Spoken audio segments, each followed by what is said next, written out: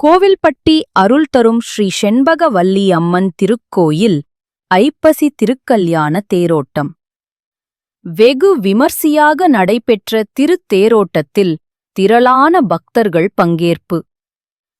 தூத்துக்குடி மாவட்டம் கோவில்பட்டியில் உள்ள ஸ்ரீ செண்பகவல்லி அம்மன் உடனுற அருள் தரும் ஸ்ரீ பூவனநாத சுவாமி திருக்கோயில் ஐப்பசி திருக்கல்யாண திருவிழா கடந்த 4ஆம் தேதி கொடியேற்றத்துடன் தொடங்கியது.